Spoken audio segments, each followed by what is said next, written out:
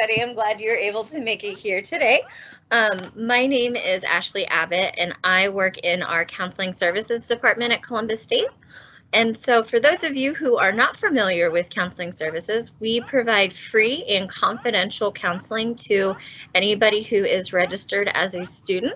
And so if this sounds like something that you are interested in, I will have the information on the last slide here on how to reach out and schedule an appointment with us.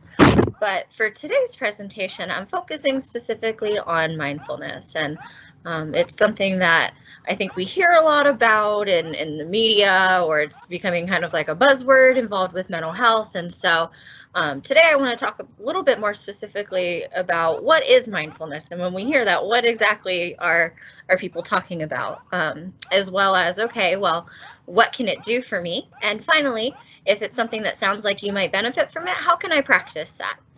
I do have the chat up, so if there are questions throughout, I will try to pause and answer those. And like I mentioned before we got started, I have a few activities that we're going to practice today, and I'll ask kind of for some feedback throughout as we move forward here. So before I give my definition of mindfulness, I'm curious if anybody here has heard about this before, if this is something that people already practice, and if not, maybe what are some of the things that you are hoping to learn about this today? Okay, I see someone saying they've heard of it in the chat. Awesome.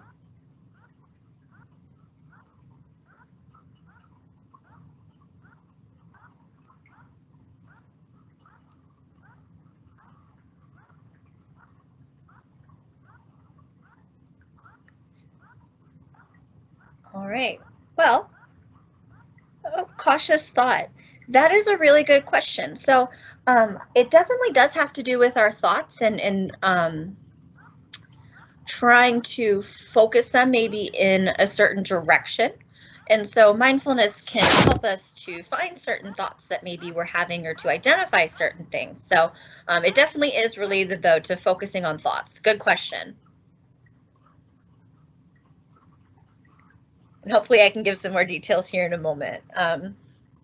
So the definition I have for mindfulness is looking at the basic human ability to be fully present, aware of where we are and what we're doing, and to not be overly reactive or overwhelmed by what's going on around us. And so it's a pretty broad definition, but I think a couple of important components to look at in this is that with mindfulness, we're trying our best to be focused on the present moment.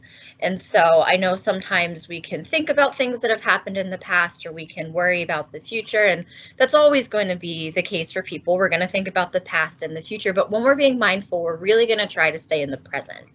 And when we're in that present moment, we want to start noticing things like what our thoughts are, what our feelings are, our bodily sensations, and also what's going on around us. While we're focusing on the present moment, another part of mindfulness is we want to try to be as non-judgmental about what's going on, even if it's something that we're experiencing that's uncomfortable. And so I know some emotions like anxiety or anger can feel a little bit more unpleasant. Oh. Okay, sorry, I thought I heard something there. So sometimes certain emotions can feel unpleasant. Anxiety sometimes is unpleasant, and anger can be unpleasant. But if we start judging the fact that we're feeling that way, that can really just feed into how we're responding. And so with mindfulness, we want to just almost observe what's happening without putting any judgment or label on it. And with that being said, it can be really hard to be non-judgmental, especially if this is something that we're new at doing. And so one of the things that I think is important to keep in mind is that mindfulness is a practice. Just like if we're practicing a new sport or learning any new skill, it's going to take time for us to be really good at it. And so let's try to be patient with ourselves as we're learning something new, because that's basically just practicing mindfulness in and of itself.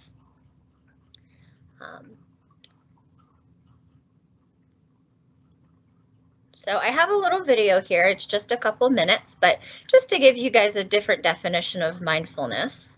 That did not work. Okay.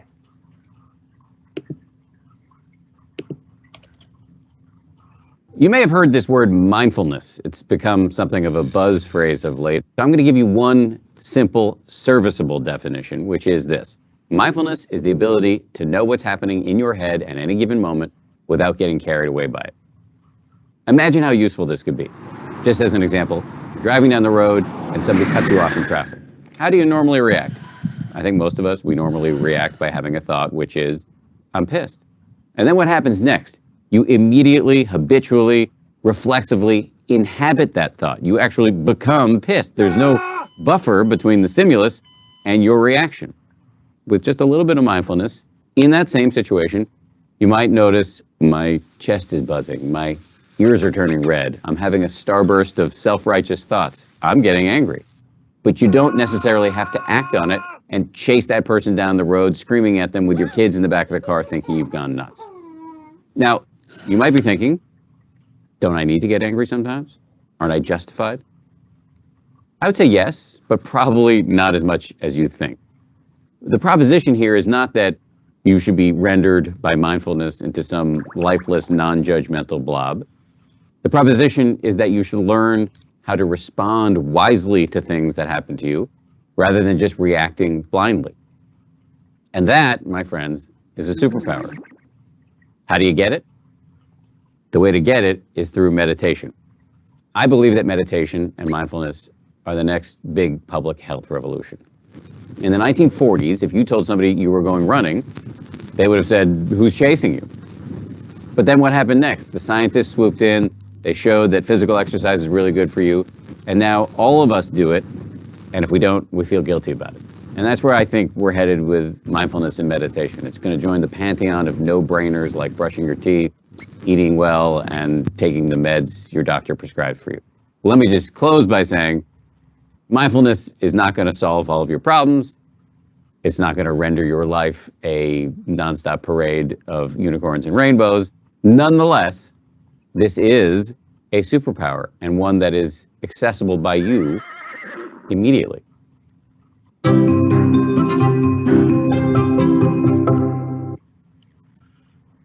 All right. So,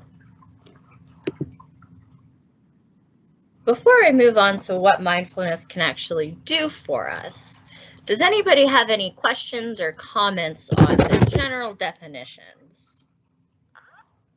Oh, cute video. I like that video too.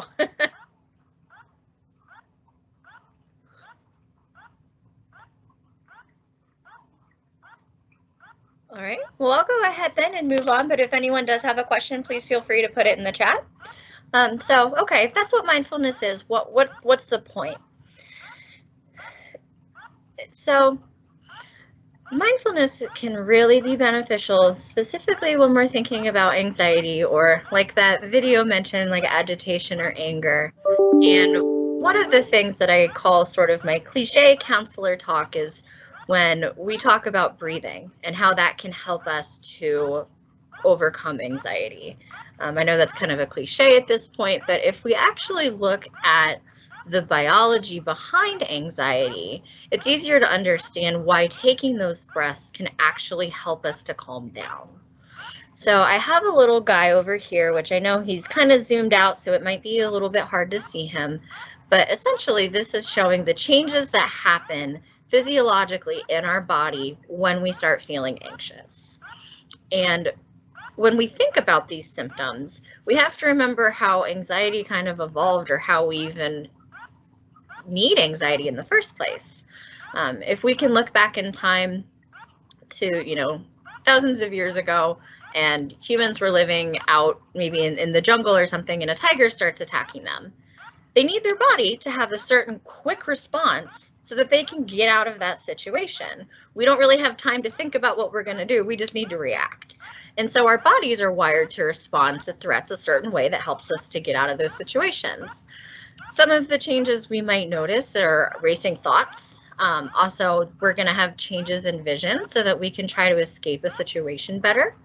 Our heart rate is going to increase, and we're going to start having more adrenaline run through our bodies so that we can escape quicker. We might notice muscle tension.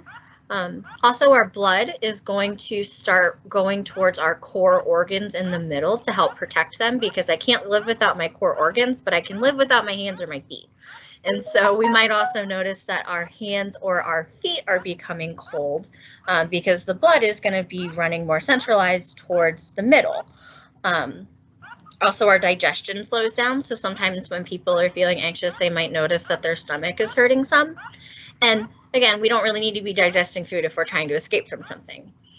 And so even though that was back then, it still relates to us today, because over time, we don't really experience as many of those physical threats as maybe our ancestors did, but a lot of our threats today are more mental threats. And a mental threat could be worrying about a job interview, worrying about a test that I have next week, worrying about a challenging conversation I might have to have. And even though those threats probably aren't going to cause me any physical harm, my body's going to respond the same way to those mental threats as it does to those physical threats.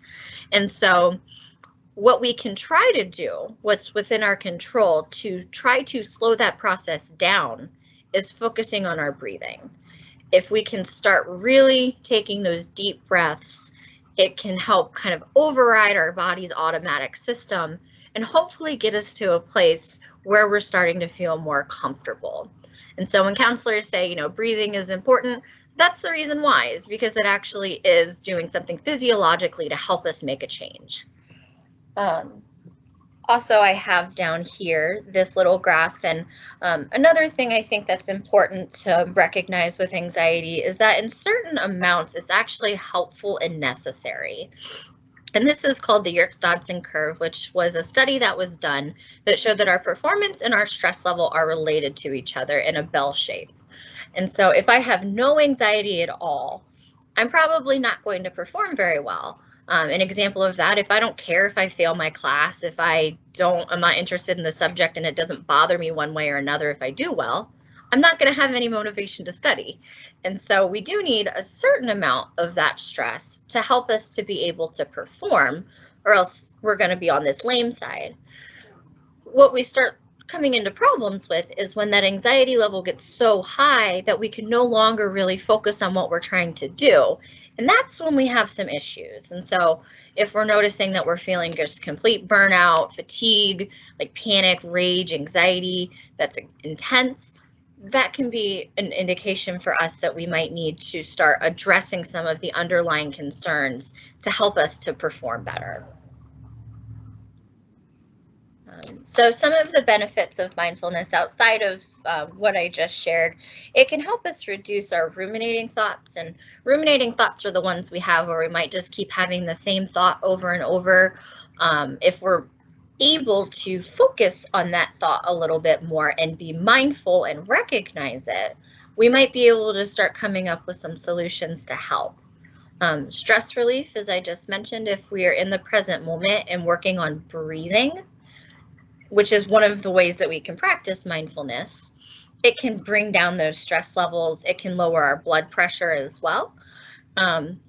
If we're working on trying to focus on the present moment more, generally speaking, that's going to help us overall improve our focus and our memory.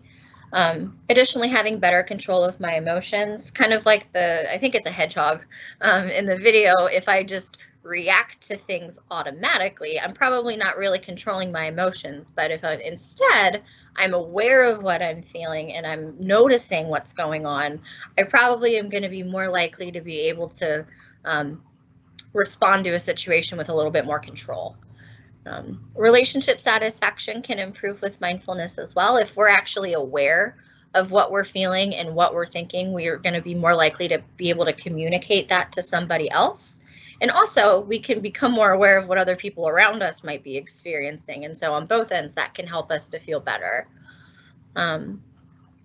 Overall here, it can decrease our likelihood for burnout because, again, hopefully we're not getting over to that red side of the chart if we're aware that we're experiencing that anxiety. And then for depression, it's not the only coping skill that can help, but it definitely can be one that we can use to help with some of those symptoms. And these are a couple of the websites. I got them off the American Psychological Association, and positivepsychology.com puts these, but there are a plethora of other ones. We just don't want to waste too much time today with that. All right, so this next part here, I have a few different activities that we can practice together today. But before we get to that, just want to check in and see if anyone has any other questions or if anyone has any comments that they want to share in the chat.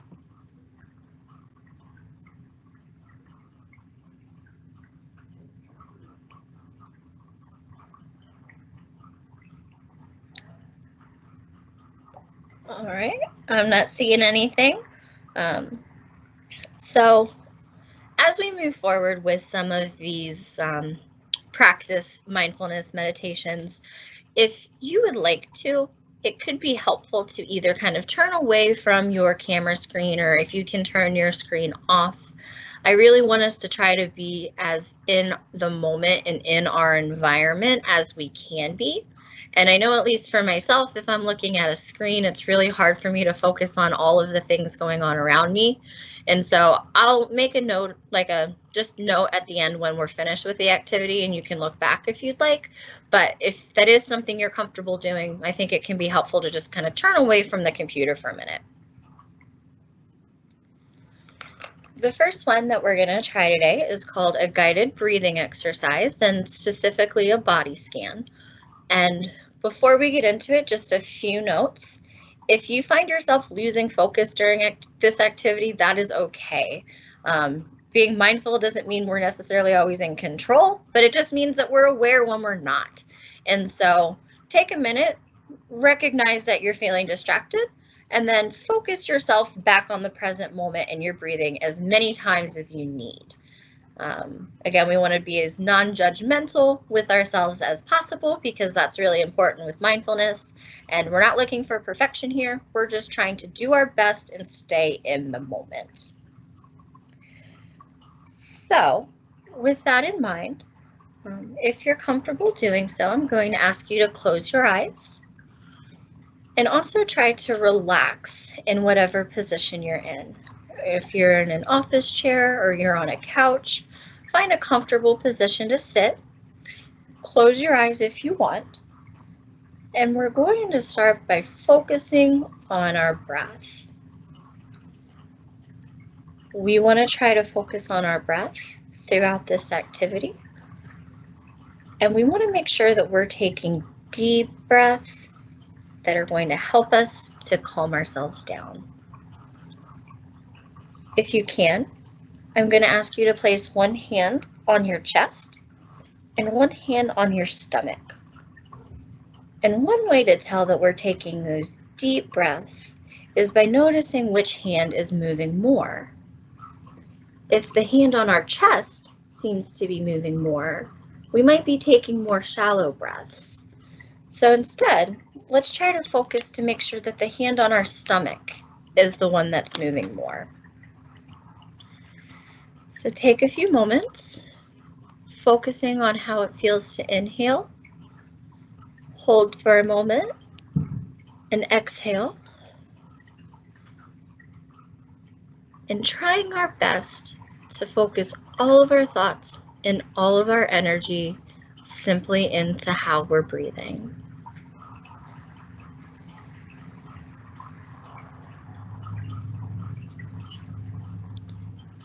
Now, continuing with our breathing, I want us to focus our attention to the muscles around our eyes and in our forehead. And try to identify if you might be holding in tension in those areas. If so, breathe in. And as we breathe out, try to exhale and release the tension from the top of our head.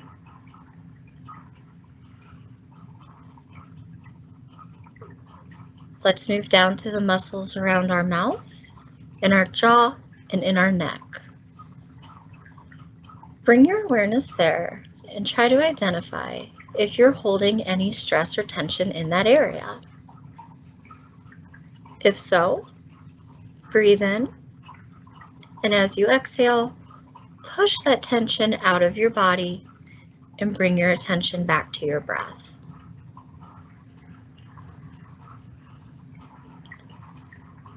Now let's recognize the muscles in our shoulders and in our upper back.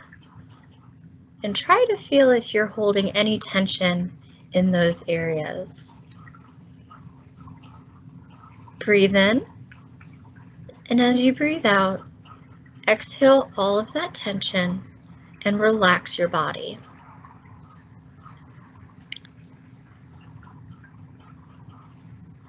Now I want us to focus on our back and our hips. And try to recognize if you're feeling any tension there or any kind of pain there. If you are feeling tension, breathe in. And as you breathe out, release that tension and focus back on your breath.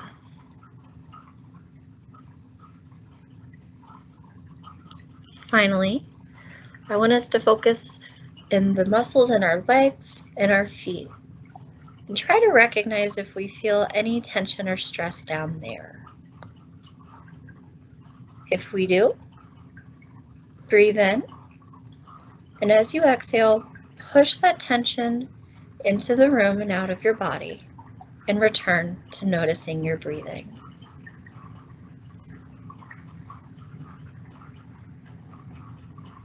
As we wrap up, try to recognize those areas where you may have noticed tension before and see if any of that has come back. If so, breathe in, and as we exhale, push that tension out of your body and return to focusing on your breathing. Whenever you're ready, you can open your eyes and rejoin the space.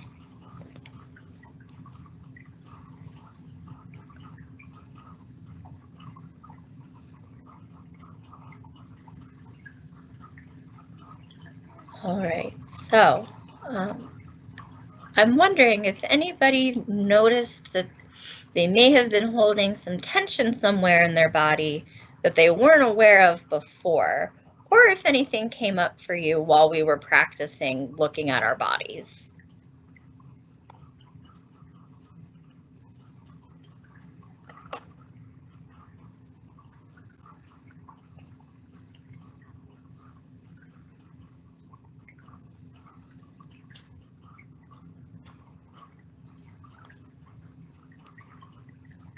I thought I saw someone about to write something. I'll say for myself, I noticed that when I do this activity, I always find a lot of tension in my jaw that I'm not aware of, and sometimes in my neck too.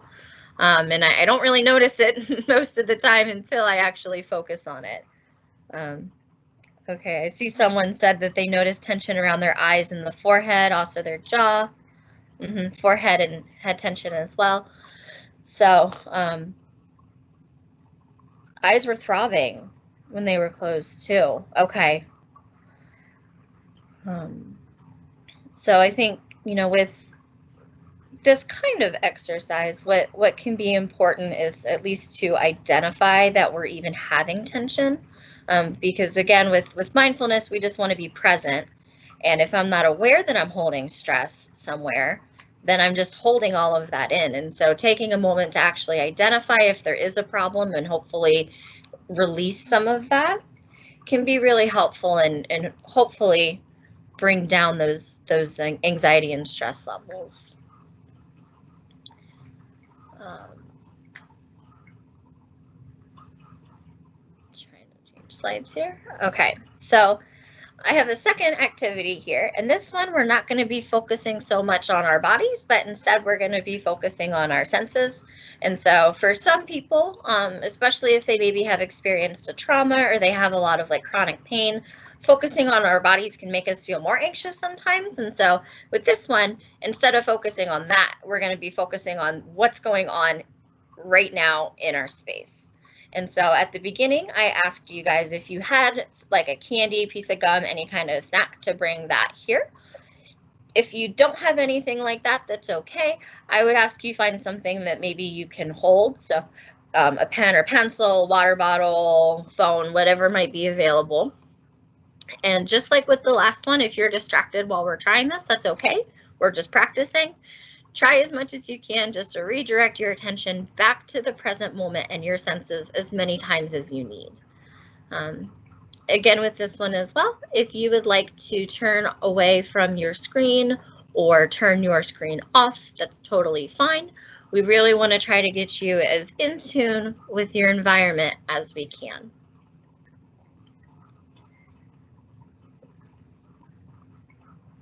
Once you're ready, I want you to hold whatever it is that you want to use for this activity and take a moment to recognize actually how it looks.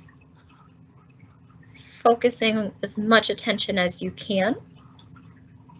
Try to identify things like the color, the size. As you're holding it, recognize the weight and the texture. And while practicing that deep breathing,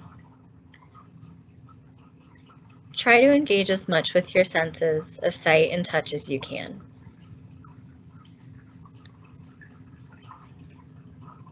Next, if you have something edible, I want you to bring it up to your nose and try to identify if you can smell what it is that you're holding.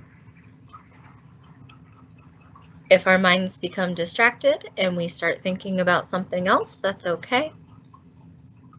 But as often as you can, redirect your attention to what it is that you're smelling.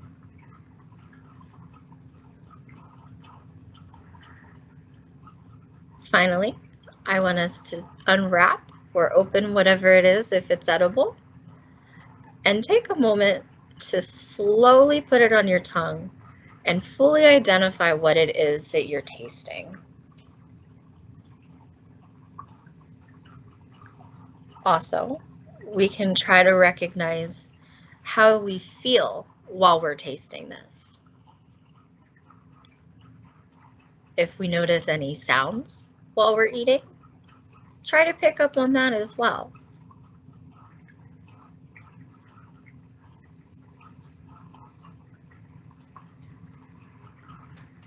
And whenever you're ready,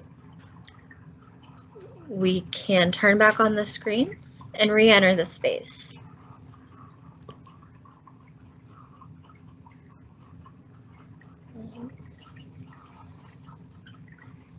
So if anyone has anything to share about that, definitely please feel free to put it in the chat. One of the reasons I like to do this exercise is because I think sometimes we can be so overwhelmed with our thoughts if we're feeling anxious that we might not be focusing on other sensations that we have. And a personal example for me is sometimes if I'm really busy, like running throughout my day, I might just like scarf down a granola bar and not even take a moment to like taste it. I just need to eat before I can get on to my next thing. And so when we're trying to be mindful, doing things even just like eating slowly and identifying how we feel while we're eating can be one way to practice mindfulness. Mindfulness doesn't always have to be about meditation. I know the video said that, but I'm going to disagree there. It's really just about being in the present moment as much as possible. And we can always be in the present moment with our senses, even if we're not eating, if we're running or exercising, we can notice how we're feeling then. And again, the purpose of mindfulness is just to focus on specifically what it is that we're experiencing. Does anybody have anything to say before we move on to the last activity?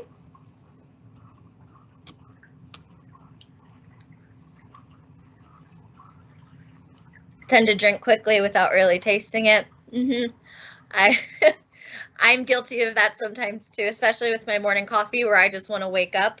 I might not actually be fully like enjoying the fact that I'm drinking something.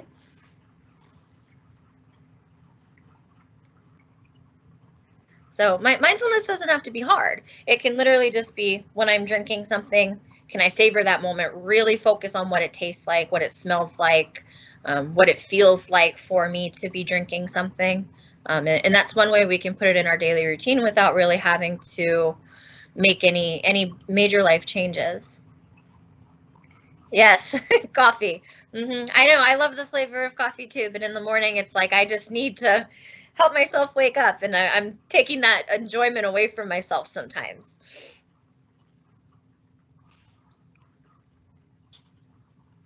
All right, well, I will go ahead then, but if something does come up, please feel free to put it in the chat to our final activity today. And this one is going to be fairly similar, but instead of focusing on our senses and how they make us feel, we're going to be focusing a little bit more outward onto the environment. And so we're going to be using our senses again. But the reason I like this activity is, again, I mentioned for some people focusing on their body feels uncomfortable, and for some people, you know, we can use our senses in different ways. With our environment, though, a lot of times if we are feeling anxious, we are worried about something that is going to happen in the future. Very rarely is the anxiety-inducing stimulus right in front of me. Of course, there are times where it is right in front of me, but the majority of the time I'm worrying kind of forward thinking. Also, this can be really helpful when we think about individuals who have experienced some kind of traumatic event. A lot of times a symptom of trauma can be sort of reliving those events, having flashbacks to those events, or feeling the same way that they felt in the moment when that event happened.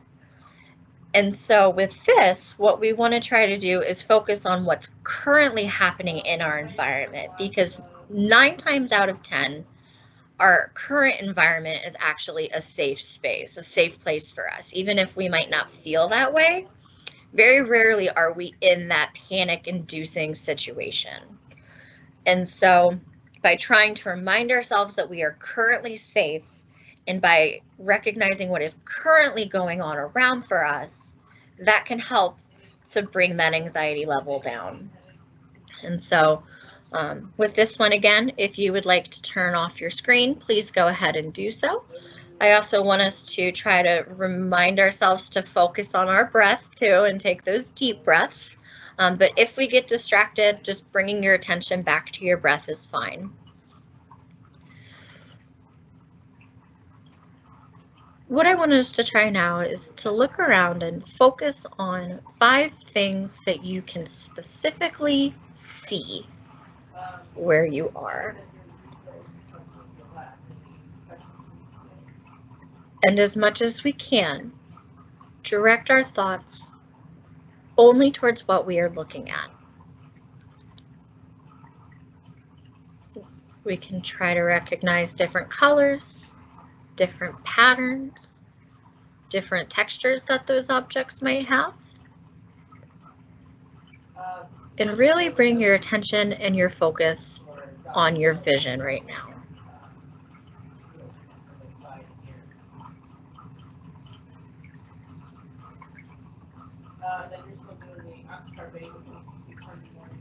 Now, I want us to take a moment to recognize 4 things in our environment that we can touch.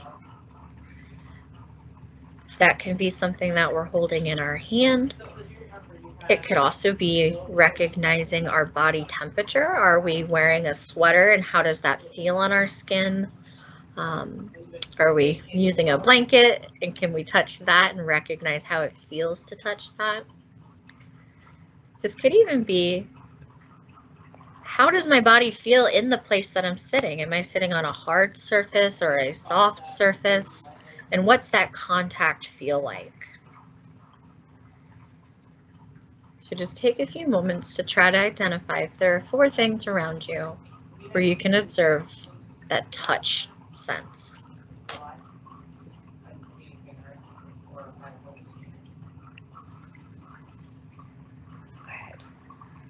For this next one, I'm going to be quiet for a moment. And I want us to try to see if we can pick up on 3 things that we can hear around us. Maybe it's traffic in the street, maybe it's a neighbor outside, but try to put as much focus as you can into 3 things that you can hear.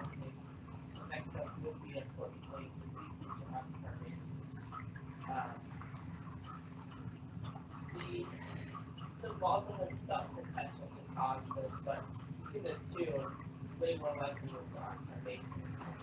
right. Now, depending where you are, these next two might be a little bit more challenging, but we can still try. Closing your eyes, try to identify if there are maybe two different things around you that you can smell. If you still have a snack or a food from earlier, we can use that here too. But with as much attention as possible, try to engage with that sense of smell.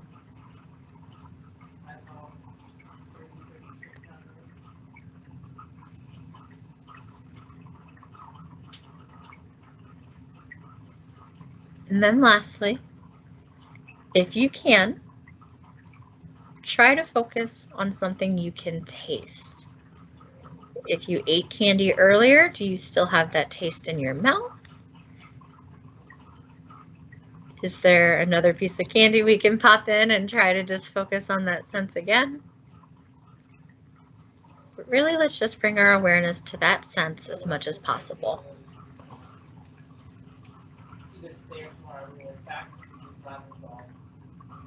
And whenever you're ready, you can open your eyes and rejoin the space.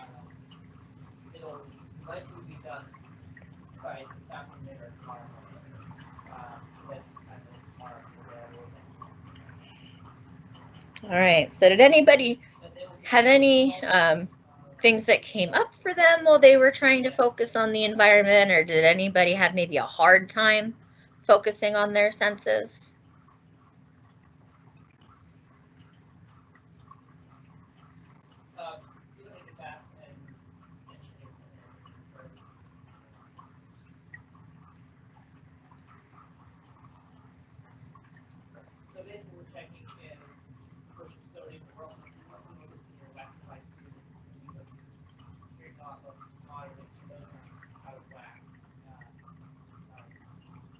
Cars outside broke focus a couple times. Okay, good observation. And I think it's important to notice those things too, because this isn't, we're not wired maybe to be mindful all the time. And so a lot of things can break our focus. And I think it's good to acknowledge that and recognize, okay, I'm losing my focus here. And if we can, as non-judgmentally as possible, bringing it back to the current environment. So, you know, I think, you know, that's great to be able to be aware of that. And as we practice more, hopefully, we can be able to direct our attention in ways that we want to. It's just might take us some time. I'm going to go ahead and move on to the next slide, but if anybody, oh, sorry. Hi, I did want to say something. So usually when I am trying to like study or try to calm down, because I'm like throughout the day, I'm so wired. So it's hard for me to just sit and be still. So usually what I do is I kind of stretch my body out as much as I can. Like I take my arm and pull it over and kind of move it around a little bit. I find that helps, I guess, maybe because it's releasing a lot of the tension. But yeah, I think this is good because I'm so wired sometimes that I can't even sit down and study and read like the chapters that I need to read. Okay. Well, I think the example you provided is great. And by no means do I want it to sound like these are the only ways that we can practice being mindful, because it's more of a mindset than an activity. But I think stretching is a great one. Exercise as well is something that we can be mindful, even if we're not sitting still. If we feel like we get more benefit from moving, we can be mindful and move. And the way you just described it is perfect of, okay, I recognize when I'm moving my body, I'm releasing some of that tension. And so that's acknowledging that that tension is there and releasing it. So I think that fits in perfectly. Thank you for sharing. I also got someone else in the chat saying, noticing the type of clothing on our skin, body temperature, how we're feeling while we're sitting. Yep. So those are all other things that we can kind of forget about if we're not focusing on them, because we put something on in the morning, we kind of forget maybe what we're wearing, and then when we're actually being mindful and focusing on it, we can, you know, recognize what that feels like. And it kind of reminds me of an example. I don't know if this happens for anybody else here today, but sometimes back when we were in person, this example applied, but I could wake up in the morning, get in my car, drive to work, get into my office, and I couldn't tell you one thing that happened from the time I left my house until I got into work. I just wasn't paying attention. We kind of turn into like auto drive sometimes, and we, you know, if we know our routine, we don't really have to think very hard, and then we sit down and it's like, wait, what? I thought I just left my house. And that's natural and that's normal. But if we're being mindful and we want to start practicing mindfulness, it can be as simple as something of recognizing what I feel like when I get in my car. What's the temperature in my car? Am I maybe really stuck on like one particular worry? Or am I just feeling anxiety in my body and not really doing anything to address it? And so, again, everyone's going to go on autopilot from time to time. That's normal. But it can still be beneficial occasionally to practice being mindful and checking in with ourselves, because if there is maybe something in particular I just worried about the whole car ride or commute on the way to work, that might be something I need to address. And so by focusing on it a little bit more intentionally, I have the ability now to actually do something about it. And so it's like the video said, mindfulness isn't necessarily going to solve all of our problems, but at least if we're aware of our problems, we can come up with a plan of action as opposed to just maybe sitting in them or dwelling in these feelings.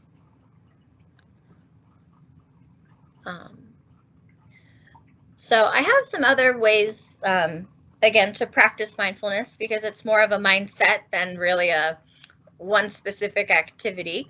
But some things that we might already be doing, we can just try to do them a little bit more mindfully. So exercise, walking, stretching. There's another one called progressive muscle relaxation, which unfortunately we didn't do today, but it's a way of kind of tensing certain muscles for a few seconds and then releasing that tension. And that can be a good one if being more physical tends to help us. A personal one that I do is coloring. I know those adult coloring books are kind of making a popular comeback. And for me, that's just something that I find to be relaxing by, you know, intentionally focusing on the colors. What does it feel like? What does it look like? My pencils have a certain smell to them, and really just, you know, acknowledging all of that. We talked about eating a little bit earlier too. So anything that uses any of our senses, which honestly, anything we do is probably using at least one of our senses, we can try to do mindfully. Music being one, if we are more into that, just really trying to pay attention to what we're hearing, how we're feeling. Pets, observing nature. A lot of time mindfulness and yoga or meditation go hand in hand. Also prayer is something that people can do mindfully as well. And the ones that we didn't so much discuss today that I want to just highlight here are focusing on gratitude and journaling. And so when we're maybe going through a lot and we're really overwhelmed or stressed, it can be hard to get out of that and find moments of things that are positive. However, if we are being mindful, it can help us to notice maybe the little things that we weren't so observant about before.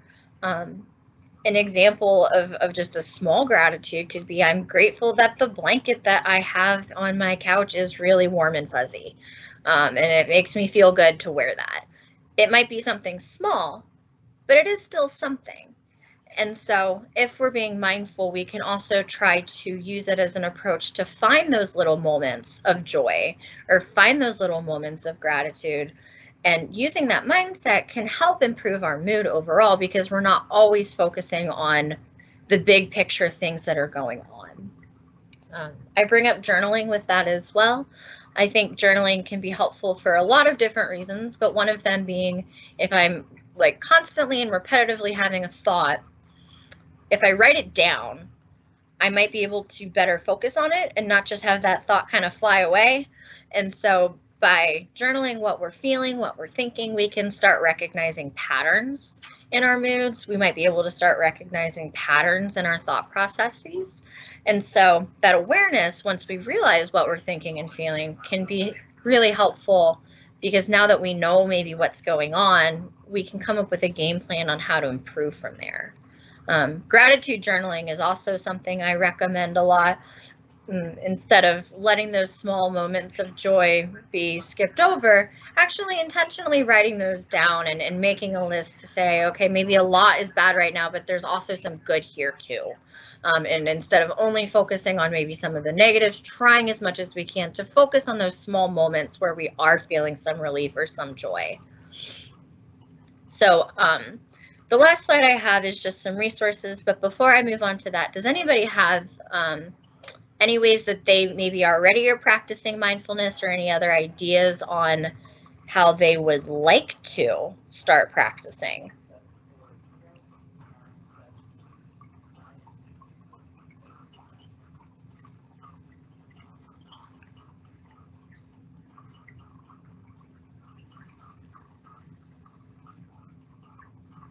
All right, well, if we're still thinking on that one, don't mean to make anybody share if they don't want to. I'm going to go ahead and move on then to the resources slide, but if something does come up or you have a question, please feel free to either speak out or type it in the chat.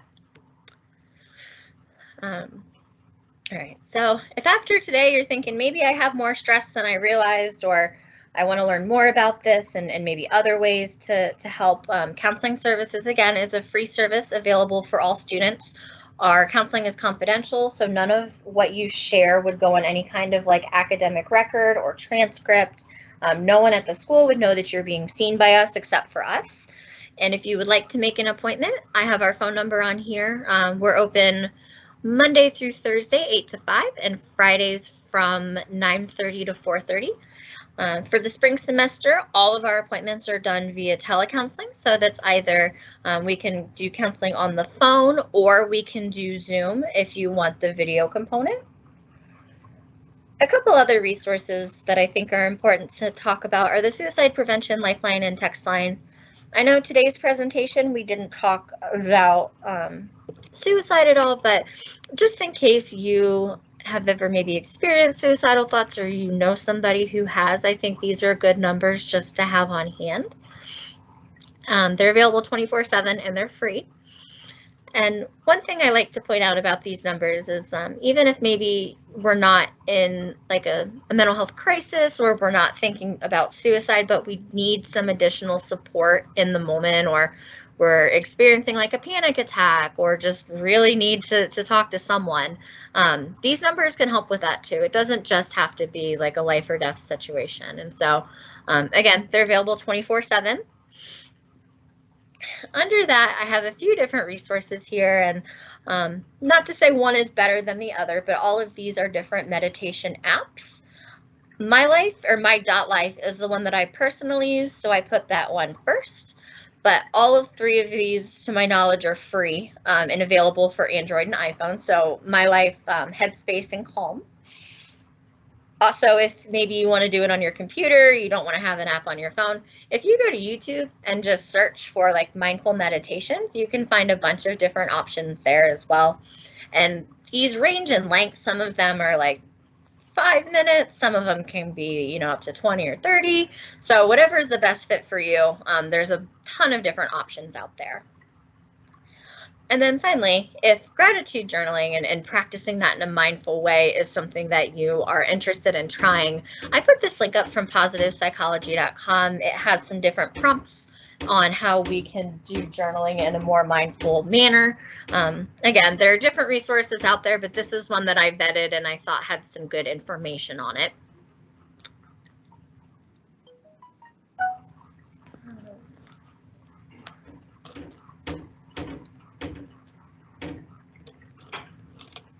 Okay, so you use the Calm one?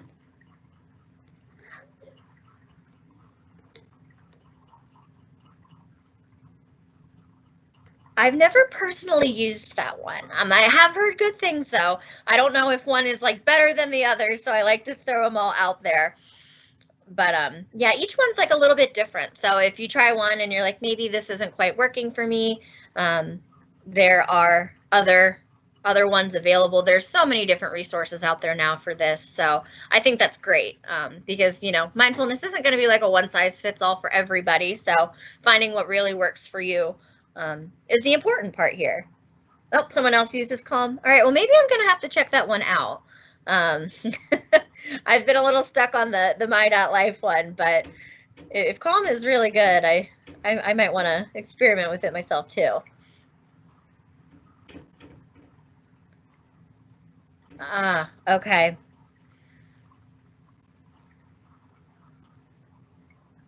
So having distractions and difficulty with concentration, I definitely hear that. And it's a hard one. And actually, when we brought this conversation up yesterday, someone had shared that, you know, it's challenging for them to be in a space that's quiet because they're working from home and they have children, and, you know, children might be at school from home. And so it can be harder, I think, right now than during other times to actually have those moments for ourselves. And what I don't know if there's an answer to that. Absolutely, that would fit everybody.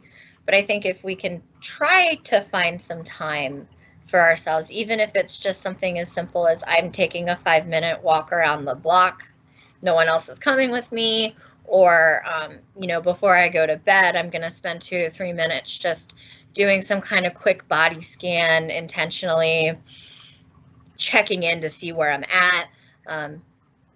Hopefully we can be kind of flexible with it, but yeah, it's hard if we have distractions in our environment. I have a cat right now trying to break into a cabinet I can hear in the other room, and so I'm currently trying to be as mindful as I can, but it's not easy.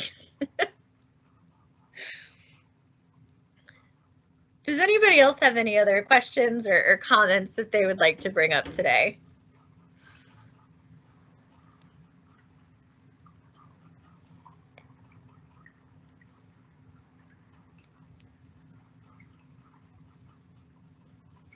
All right. Well, I just want to say I appreciate everybody taking time out of their day-to-day to come to this, and hopefully you were able to pick up at least one thing that maybe you can start trying in your day-to-day. But you know, if you would like any more information, or it feels like mindfulness just isn't working and you want to try some other ways to learn how to cope with things, please, again, feel free to reach out to our office and we'd be happy to get you set up with an appointment.